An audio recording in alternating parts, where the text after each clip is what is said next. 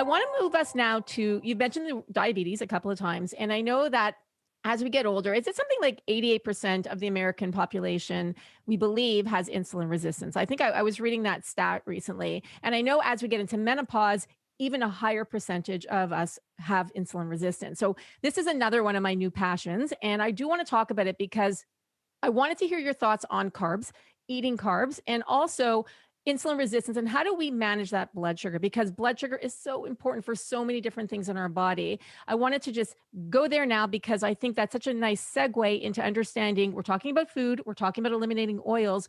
How does insulin resistance play into all of this? So insulin resistance is about as prevalent as you said, and it's the underlying condition, before you get diabetes, right? Maybe listeners probably all already know that, but and most people who are overweight are insulin resistant, and many people who are normal weight are insulin resistant too. So it's a super common thing, and we think about it as like just this hormone insulin isn't working right in the body, and the explanation for it didn't exist in a satisfying way. And so that's actually a big subject of the FatBurn Fix. So I would love to come back on your show and talk about that.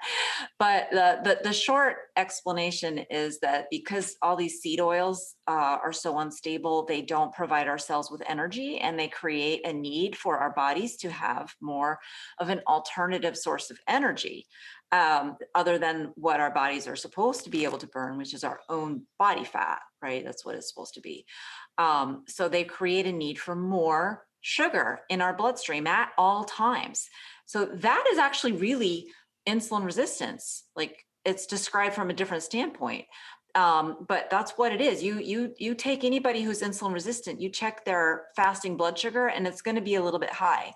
And they're going to feel bad when their blood sugar level gets down into that normal range, which includes like 65, right? So 65 now is flagged as an abnormal on the labs.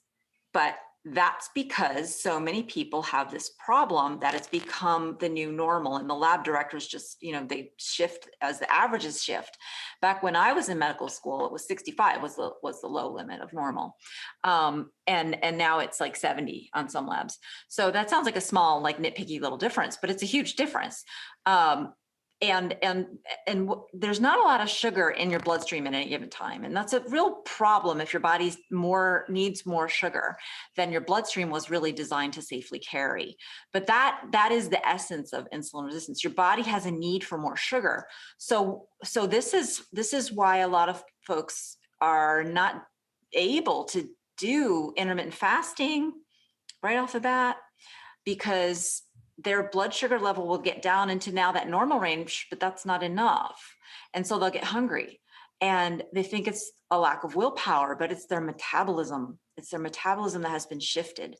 And so one of the things that I recommend is understanding what kind of carbohydrates can you have that will give you just this little bit of blood sugar stabilization, so that you don't have to convert protein into sugar, because that's kind of the body's backup plan. If you ever need sugar, it'll convert your muscle into sugar, or your brain, or whatever it's got, bones. I think that's a big reason why if folks out there are worried about their bone health, then burning, not being able to burn your own body fat, and having hypoglycemia is an indication that your bones just might be getting used for protein. So your body will scour protein for it wherever it can to keep that blood sugar up if you're on a lower carb diet when you're not really ready, or if you're doing intermittent fasting when you're not really ready. So I recommend that folks, if they are going to consume carbohydrates, they consume what I recommend, what I call slow digesting carbohydrates, which is another word for low glycemic index, but I don't like that term because it's not obviously meaningful to people. So slow digesting is exactly what it says. It takes a while for your digestive system to break down, so it won't spike your blood sugar, and then it won't spike your insulin. And that when you're insulin resistant, if you have an insulin spike, you very often have a crash later on because everything's just slowed down. So when your blood sugar drops, you're still pumping out too much insulin, and you're going to have a blood sugar crash. It's going to go below your normal. But I would say that probably at least 75% of folks over the age of 30 have this issue of insulin, like symptomatic insulin resistance. You'll feel it because you're going to feel bad when you're hungry. You're going to feel brain fog or concentration problems. And so the cause of that is eating more healthy fats and eating the cause of that is the bad fats. The solution is eating more of the healthy fats, and in every meal, trying to get a little bit that will sustain your energy a little bit. And then if you want to have carbohydrates, I recommend just simple things like sprouted grain bread, or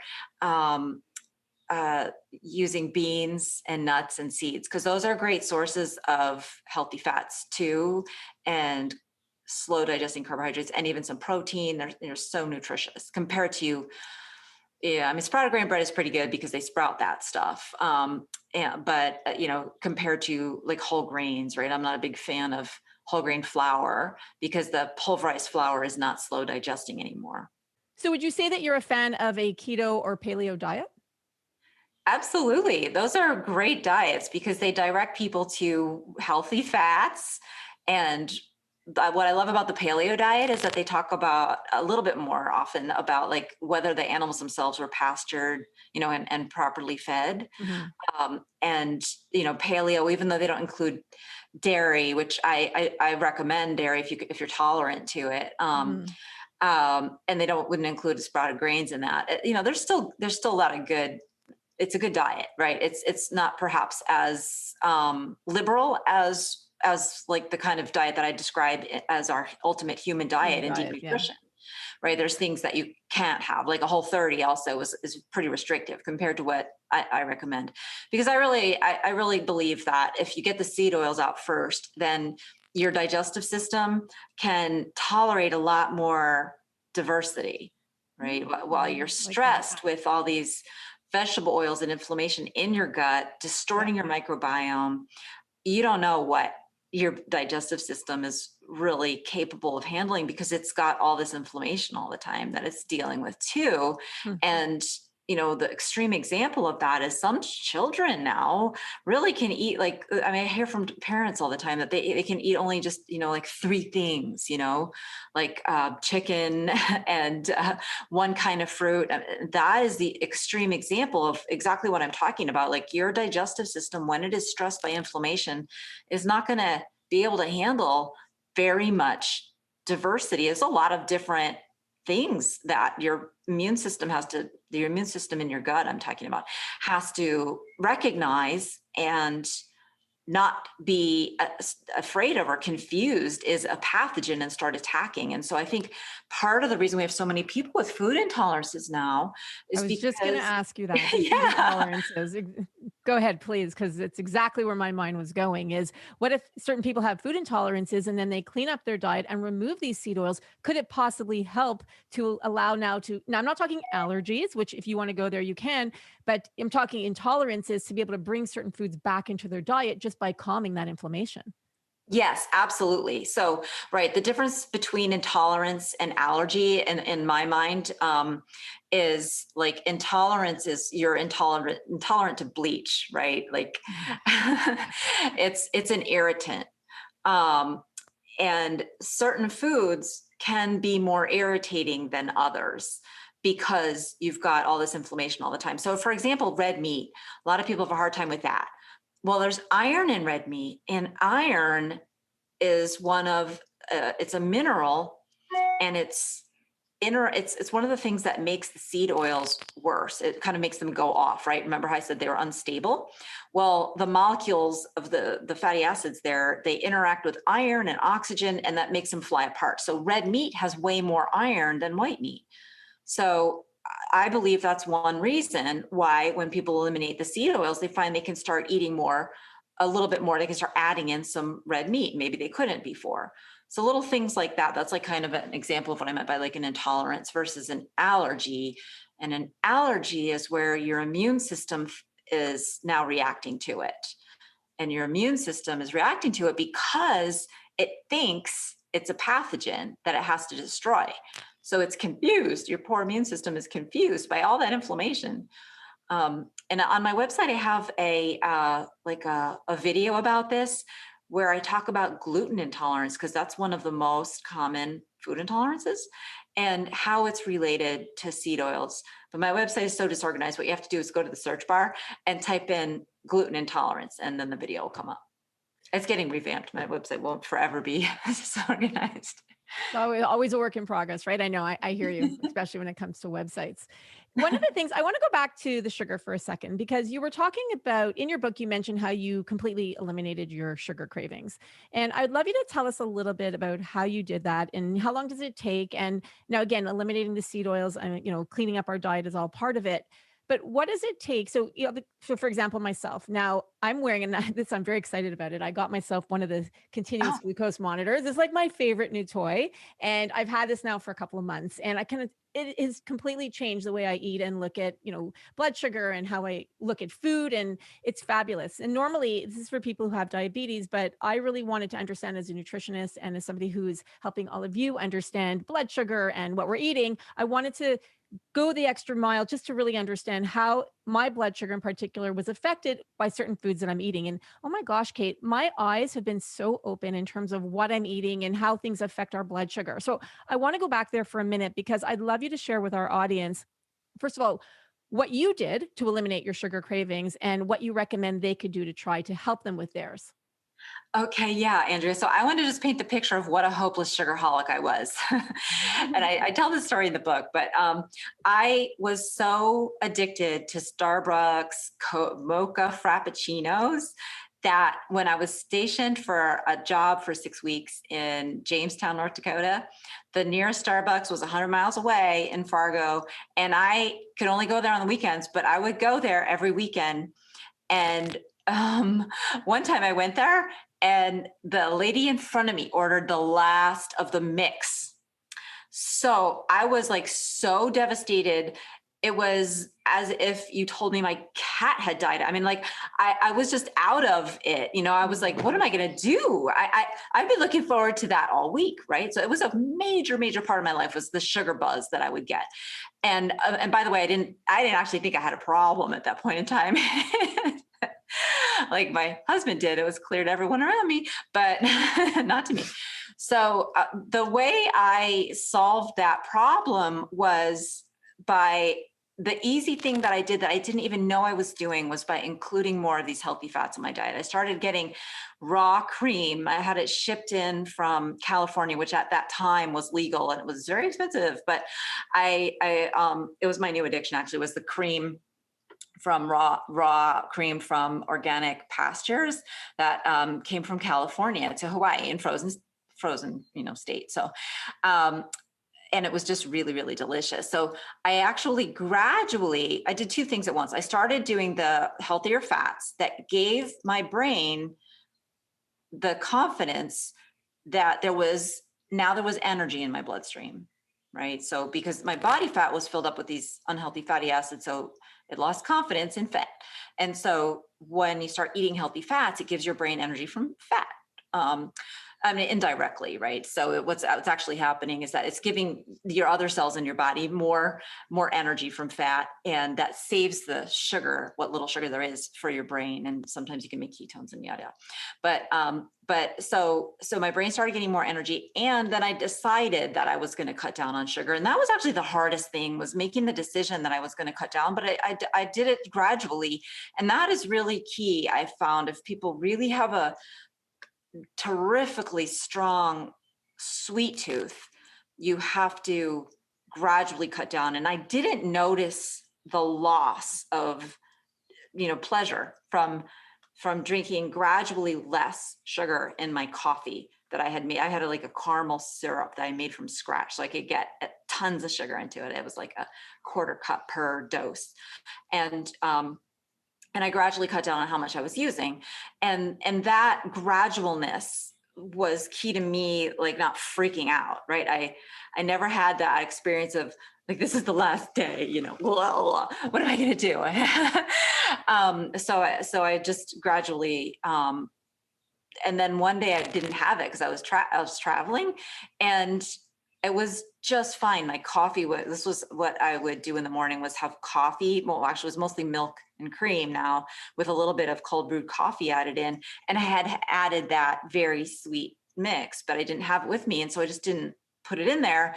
And I was shocked, because I was like, this is still good. It's actually pretty sweet, because there was a good amount of sugar in milk. So, that's how it worked for me. But what I had done that I didn't mention yet, that not everybody, you have to do this first, for if you have a serious sweet tooth and you want to do something about it. You have to kind of consolidate all of the sweetness that you're going to have into just one time a day, because you have to have that that control and that rule of like, okay, well, at least I've got this thing to look forward to at, okay, 11:30, that's 27 minutes from now, I'm going to have my special treat, right? So you put it all into that one time of day. And then, speaking as an addict, you have that so that you don't feel like, you're never going to get it again, ever. Right. So you just have it at once, and then you start cutting back, and it's a much less traumatic process, because I couldn't have handled it if somebody had told me that I have to just go cold turkey one day, because Yeah, that I would don't be think I ever would have done difficult. it. Yeah, no, that would be difficult. What are your thoughts on stevia, erythritol, and monk fruit? So if you're somebody like me, that's a slippery slope. It's just going to get you back into whatever you're sticking that thing in. You're going to end up wanting it all the time. It's going to become the daily focus of your life. You're probably going to overeat it. While they don't have the problems that sugar has in terms of spiking your insulin, in terms of altering your gut flora, because you're consuming so little of them usually. Yep. Um, you don't have the glycation in your blood sugar, you don't get the spike in your blood sugar, you don't get those problems. But so it's okay for some people, but for somebody like me, where I really have an issue with sweets, it's not a good solution, I don't think. Now, if somebody is a diabetic, I think that, a type 2 diabetic, and their blood sugars just go out of control when they have something with actual sugar in there, I would say that it might be something you could work in. But I would really honestly want somebody to not have to do that on their own. I would like it if somebody was, if you could get guidance from somebody, if you're listening to me now and you have type 2 diabetes, because really the thing that is so important is for you to feel like you're in control of when you eat your sweets. Mm. Maybe not always in control of the amount that you're going to eat at any given time, but at least when you're Yeah. going to eat them. And what I find interesting too is that once you eliminate sugar and you or drastically have reduced it, like you said before, like things naturally taste sweet. So you're like, if you bring back the sweetness, and I'm not even talking about artificial sweeteners, which by the way, we'll go to in a minute, but I'm talking about just natural sweetness in food. So for example, I did a TV segment the other day and I hadn't eaten and I was doing intermittent fasting. And then I was like, it was just one of those crazy days, which I normally don't have. And I had a piece of fruit with like dark chocolate. The chocolate had no sweetener, but it was like a chocolate covered cherry. And I took a little bite from it. And I haven't really been eating a lot of fruits because I've been really watching my sugars. And wow, I was like, whoa, it was so sweet, Kate. I actually had to spit it out. I could not believe how far I've come in just a short amount of time in terms of understanding that sweetness or just changing our taste buds. And I want to go back to the artificial sweeteners for a second because they are one of the scary 7 ingredients. And artificial sweeteners are, like, in many cases, hundreds of times sweeter than sugar. So you can just imagine if you're chewing gum that has 3 different types of artificial sweeteners in it.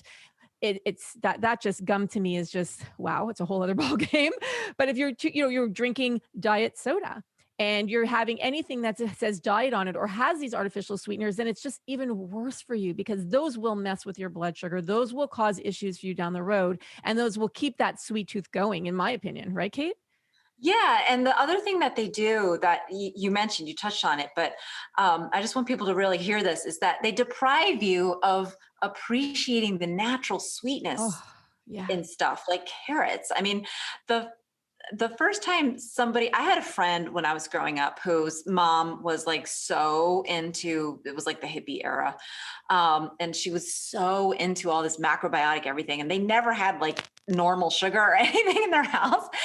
And I remember her telling me that carrots tasted sweet. And I thought she was insane She's like, what? Yeah. because I'm like, carrots taste like cardboard. Duh. Yeah. And now But no, you've appreciated it, right? they're actually sweet. They're so sweet, and it's so true, and you know, it's funny, you talked about yourself in terms of your sugar being a sugar, addict.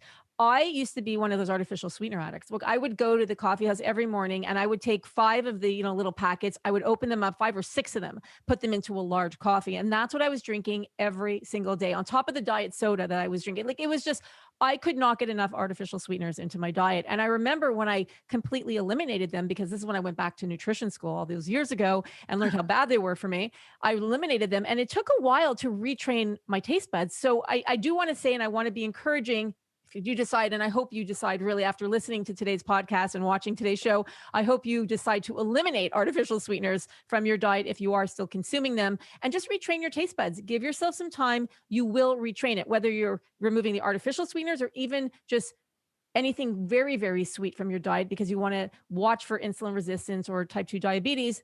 It's really important that we keep that in mind because it will retrain. It takes a bit of time, but it will happen. And then when you go back to it, you'll be like, whoa, so sweet. Like, I couldn't even touch artificial sweeteners now because they would be like, yeah. I mean, if I'm spitting out a cherry, like, I can only imagine what an artificial sweetener that's like thousand, in some cases, what, 10,000 times sweeter than sugar. So yeah, it's pretty incredible.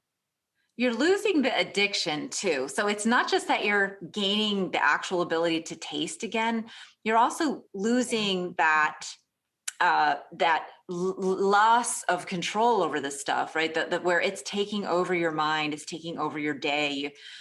Your life is focused on, oh my God, I don't get another break at work until, 2 hours from now. And that's when I'm going to have my treat, and I know that that's what that's like, that for somebody who's addicted to sugar, because I was like that. And I know that there's just no possible way that willpower is going to sustain that kind of thing. And so what we've just been talking about, you and I, is that it's almost like hacking your willpower, right? You're giving your brain healthy fats so it doesn't focus and obsess about sugar. And then you dial back the amount so that it's not this like addicted brain amount of sweetness that you need to have to get your hit. Because that's really what it is. It's a hit. Yeah. You just like any addicting substance, you need more and more of it to get the same hit over time. Yeah, and I want to, before we end the interview, I do want to talk about what those healthy oils are. I just want to stay on sugar for a second, but I don't want to forget. And I'm going to write it down so I don't forget what are the healthy oils. And I think it's an important thing to mention because for people who are listening, be like, wait, tell me, what are the oils that I should be eating? So I don't want to forget to say that. But you're absolutely right. And it is getting rid of that hit. So I want to go back and staying on the sugar topic for a second. I want to go to fruit because I know in the book you talk about fruit and your thoughts on eating fruit. And as a nutritionist, I mean, for me, it's all about eating whole, unprocessed foods. We talk about eating fruit a lot. What are your thoughts on it? So we have fruits now that humans have been genetically selecting for thousands of years to be sugar bombs. So it's true. There's all kinds of other good stuff that comes along with fruit, but that package is so much bigger calorie wise than it used to be per amount of nutrient that's in there. And so an apple now has about 30 grams of carbs. A Hershey's candy bar has less than that. It has 22 grams of carbs. So just putting in that perspective, right? A sour apple or a crab apple, that's what fruit, originated from in nature. That's what animals who are fruit eaters, it's that's sour. It's really sour. And there's a lot more nutrition in all those bitter flavor components than there is in sugar. So that's like my main message about fruit. So what you're saying is then don't eat so much fruit, even though it's nature's candy. Don't eat so much fruit, minimize it. Are there any fruits that, in your opinion, so obviously you said sour apple, but are there any other fruits in your opinion that are better? So any of the berries or maybe a lemon, like, is there something that's better that if people do love eating their fruits that they can eat in moderation or even less in moderation? Yeah, absolutely. Like the less sweet, the more better, right? So like grapefruit and I had a secretary who actually would eat not onions, lemons. She would just slice them and eat them like they were oranges. Yeah. But most people don't do that because they're too sour. But berries, exactly like you said. And then melons, those have so much water that like you get like this delightfully satisfying cold kind of crunch that to sink your teeth into without too much sugar per dose. Yeah. It's also the amount too, right? So if you want to have an apple, maybe have half an apple. Or if you want to have, something, a cup of blueberries or blueberries, have like a quarter cup or half a cup. Because I know that now that I've had my continuous glucose monitor, I notice that the quantity plays a huge amount in where my blood sugar is going. And that's been interesting and eye-opening for me. So I can maybe tolerate, and everybody's different in terms of what they can tolerate and not when it comes to blood sugar. But looking at that quantity would probably be a good idea too, right? Absolutely. The way I talk about it is I say, think of it a little bit like a spice, right? Like you wouldn't add a whole ton of cinnamon to something. Well, you don't want to add too much fruit either. I mean, you don't do like just a little pinch, but just maybe a small handful of blueberries or something like that on a yogurt parfait with a lot of nuts. It is going to be good, because if you could keep it to like less than 5 grams of sugar uh, per meal, then that's, I think, really safe territory, just in terms of over relying on sweetness in every bite to Yeah. be satisfied with a food. Which is great advice. Just really quickly, just as a definition for our listeners, you talked about carbohydrates, and I want to make sure that we explain what that means versus sugar. So if you're saying an apple has 30 grams of carbs, how does that relate in terms of sugar? So we can make the connection. So carbohydrates break down during the process of digestion into sugar. Carbohydrate is the worst possible term to put on a nutrition label, because it's kind of like the parent the parent term for things that have nothing to do with each other, nutrition wise, right? A fiber is also a carbohydrate. Right? And fiber doesn't have any calories, and it nourishes the gut microbiome. Yeah. Wood is also a carbohydrate, right? So you can have wood shavings in there. And yes, they do put sawdust in Like some cellulose. products just to bump up the fiber. Yeah. But but it's a confusing term. I wish they didn't use it. What they should have on there is starch, sugar, whether it's added sugar or not, doesn't matter, right? Whether jelly, some of that sugar came from the fruit itself, and some of the sugar came from high fructose corn syrup. It doesn't matter to your bloodstream. Once it's all broken down, it's going to be fructose and glucose, just like the fruit sugar. So it doesn't matter whether it's added. So that's just worthless information that they waste on that very valuable little informational space that they have. They should have starch on there. So if anybody from the government or wants to grow up and work in the government one day, that please make it sugar, total sugars, and then starches, and then different kinds of fiber. And please make that make sense too, because that's a whole other discussion. Like the soluble and insoluble and stuff. I could not agree more. I absolutely agree. All right. Well, we're going to come to the end of our interview. Although, Kate, like I said at the beginning, I could talk to you forever because this is like, I'm like the happiest person right now. All right. So we're going to circle back. I did not want to forget to ask you, let's go over the list of the good and the bad oils. So the ones that you're like, yep, these are great, you can have. And then these are the ones you should absolutely, I know we said the ones to stay away from, but let's talk about the complete list. We'll also put them below under our show notes in the podcast, but also on YouTube. So please take it away. Yeah, so the good oils are traditional oils, and you can think about it as what it tastes like, because it has taste. So olive oil, coconut oil, which is technically a fat at most room temperature, because it's solid. That's the difference between fat and oils. Fat is solid at room temperature. Peanut oil. A lot of people want to ask me more about that one, so feel free if you. Yes, I do want to talk about that one. So yes. I even recommend sesame oil, even though it's high in PUFA, but it has to do with the processing. Let's see, what's in the avocado oil that didn't really exist actually when I first started writing Deep Nutrition, but that's a good one too. And palm oil. I know that you like palm oil. Right. Absolutely. Thank you. I just hate the flavor. But, but then there's fats, healthy fats too. So butter and, what else is there? Well, nuts and seeds. What's that? Nuts and seeds. Yes. Foods that are naturally very high in fat.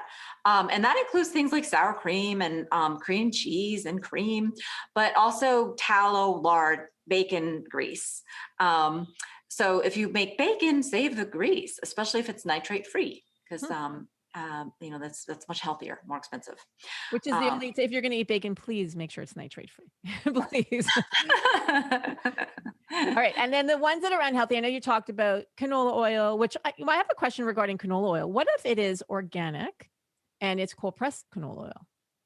Doesn't matter. So the thing is that it's the refining and the bleaching and the deodorizing that really makes it, that puts the toxins in the bottle as they are sitting there on the shelves. You cannot find a bottle of canola oil or any of these oils that has zero toxin in it, because they're that unstable. And the refining, bleaching, and deodorizing basically strips it from strips the natural antioxidants away and strips out the minerals, and then alters the chemical composition of it, because the bleaching process just is actually makes a chemical change occur, and that too creates more unstable, unhealthy fats. So it doesn't matter. So it's a really good question. There's just no good canola oil out there. I'm sorry. But people might be wondering if they know the composition of sesame oil, because that's also pretty high in polyunsaturated fatty acids. Sorry, you might be hearing my German Shepherd right now, because I think we're probably going to be getting an Amazon delivery or something. Anyway, he's very attuned to those Amazon deliveries. The sesame is a very oily seed that yields its oil easily without the harsh processing, so that you don't need the refining steps. So it just kind of drips out of there, because again, thanks to human agriculture, we have selected for sesame seeds to be more oily, right? Just we pick the plants that did a good job for us.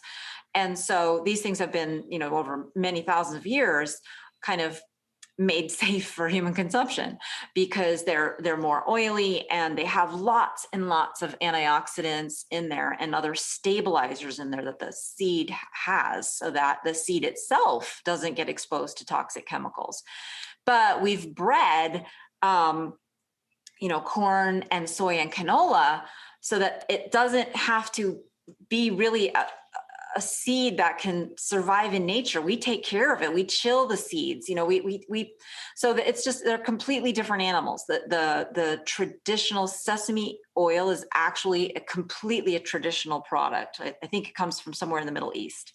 And so it has a culinary history of many thousands of years.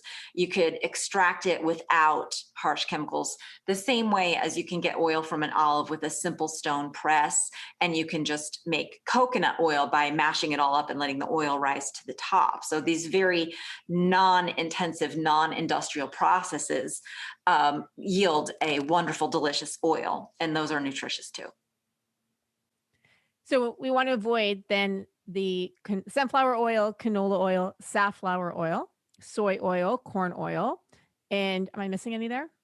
Cottonseed. Cottonseed. Well, cottonseed also, interestingly enough, is generally trans fats in the label anyway. So it's generally partially hydrogenated cottonseed. Yes. I've seen it so often on the label. So yes, bye-bye, no trans fats. We talk about that a lot of the Scary Seven.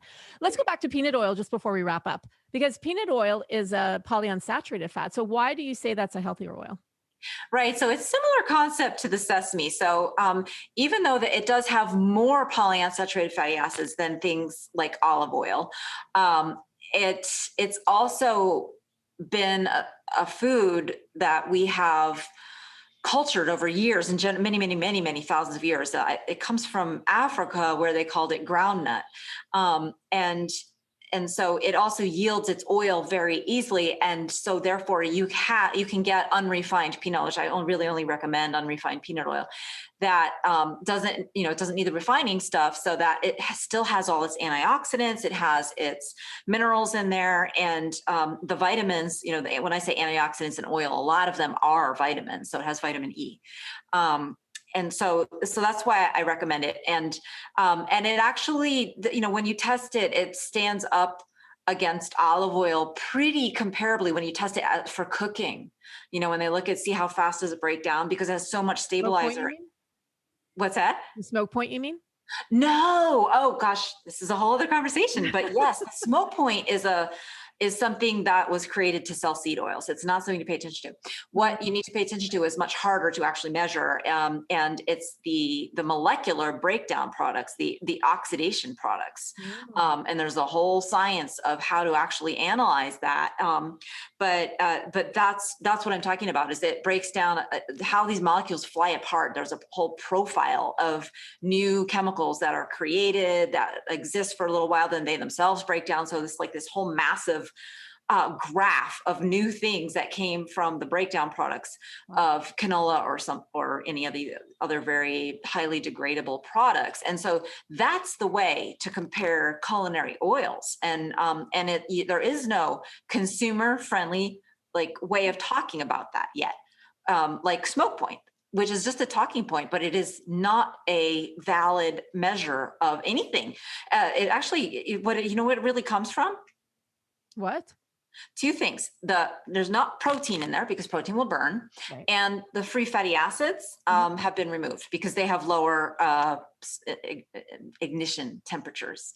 Hmm. But because the smoke point is high, it allows people in restaurants to overcook stuff, right? Because you should have, you shouldn't overcook. Your heat destroys nutrition. Right. So it'll destroy the nutrition in whatever meat or whatever thing you're cooking. So you don't want to do high smoke point cooking. You want to stir your food. You want to get a little brown on the outside for color and flavor, but you don't want to have it sit at 400 degrees for a long time. So it is a horrible idea. The idea that we should pay attention to smoke point, but this is a very technical topic. And so Yeah. if you hadn't run into it before, you're not alone, because I am having these conversations all the time with people who've been in this health space, but they've never run into it because there is not a consumer friendly term for what are those breakdown products. So Wow. it's I not easy. love it. I would love to have a conversation on another podcast about that because to me, I find that fascinating because I have definitely thought about smoke point. So I'd love to know the history and how that came to be in terms of marketing. So we're going to park that because I find that absolutely fascinating. But my question about peanut oil is this. So what I'm familiar with is that peanuts contain aflatoxins. So let's put aside the allergy component of peanut oil. But what about when it's processed or if it's unrefined, does it still contain the aflatoxins, which in my opinion, always when I think about peanuts or I think about peanut oil, that's what comes to mind for me. Right. So the aflatoxin is a fungus that grows on stored food products, right? Stored plants, right? So it can grow on corn, it can grow on rice, it can be in everything, not just peanuts. But because it was found in peanut butter before we had things like almond butter, it was and peanut. Every child was eating peanut butter. It was kind of like all the rage to talk about it back when they first discovered it, which to my mind was in the 70s, but it might have been even earlier than that. That's just when I first heard about this sort of thing, because I was actually alive back then. But so there's many foods that are contaminated with aflatoxin, but so if it's fresher, the more it sits, the more aflatoxin it's going to have. And so that has to do with something about the food supply that we never measure. We don't have a way really of talking about it intelligently. How long has this food sat? But whatever food it is, the longer it's sat, the more likely it is to be contaminated with aflatoxins, or alternatively with antifungal spray, because they're trying to control that because they know they're going to let it sit for a long time. And so there you go. And it was found in peanut butter, I think, because peanut butter, it's ground up. Whereas if you're eating fresh peanuts and you see mold on it, you're not gonna eat it, right? And so the fresher peanuts go into the peanuts that you eat. You break it. It was really, these are not common now, but that used to be the major way to buy peanuts was you would open them up, right? They would be in that little pod. And if that was all moldy, well, actually the pod itself prevents mold too, right? So, because nature has all that figured out. They don't want the thing to go to mold or it won't grow. So compared to that, the peanuts going into peanut butter are generally lower quality. Now that's all changed now because nobody really eats pod peanuts anymore. So, who knows, but somebody, who really likes assessing food quality should help us. There should be a way to track, like, how long has this thing sat? How long ago was this? I would love it if this existed for spices, for example, right? Like, how old are your spices? Because if they're a month old, that's like about as good as you could get in India where they grow them. But they might be 3 years old. And so it's a whole different cinnamon by then. But that's another discussion. I digress. No, but thank you for all of that. Well, Cate, honestly, this has been an absolute pleasure and honor to interview you. And I'm so happy that you came on our show. Is there anything before we end the interview that you'd like to share with our audience? Well, please do come to my website, drcate.com, and sign up to my newsletter. I don't bombard you with stuff because I really don't have anything to sell. So I really just I put a newsletter together maybe once a month if I'm being good. But what's there is a lot of resources and references. Like, I have a list of good fats and bad. And we didn't talk about it, but there's 2 other bad fats, but they're not on labels. So we don't need to talk about them for today's discussion. But I call them the hateful 8. So there's that there that I want people to know about. It affects you when you're eating out at restaurants a lot more. And that's super important because a lot of people, think that they're doing fine dining because it's a sit-down restaurant and not McDonald's. But actually, the quality of the deep fried food is better at McDonald's. Wow. Because they know what they're doing to try to stabilize the oils. So anyway, but please visit my website and sign up. And I would love it if you would read Deep Nutrition. And can you please give a little bit of a plug for your newest book if they want to buy that too? Absolutely. Yeah. So my newest book, The FatBurn, Deep Nutrition, is kind of like, if you want to have the ultimate nutrition, the ultimate human diet, you want to optimize everything. You want to go to the nth degree, or at least just understand nutrition and stop being confused about stuff. That's what I did Deep Nutrition for. And so the FatBurn Fix is what is the bare minimum that you can do here to lose weight and reverse your diabetes. This is really my weight loss book. Deep Nutrition it will help you lose weight, but the FatBurn Fix, which I happen to have a copy of right under Deep Nutrition, is really, my protocol for helping people lose weight and reverse their diabetes. And I take you through how to assess the health of your metabolism so you know when you're ready for things like the keto diet or intermittent fasting. I love it. And that will be our next interview. Cate, thank you so much for being on our show today. Thanks so much for having me on, Andrea. This has been fun.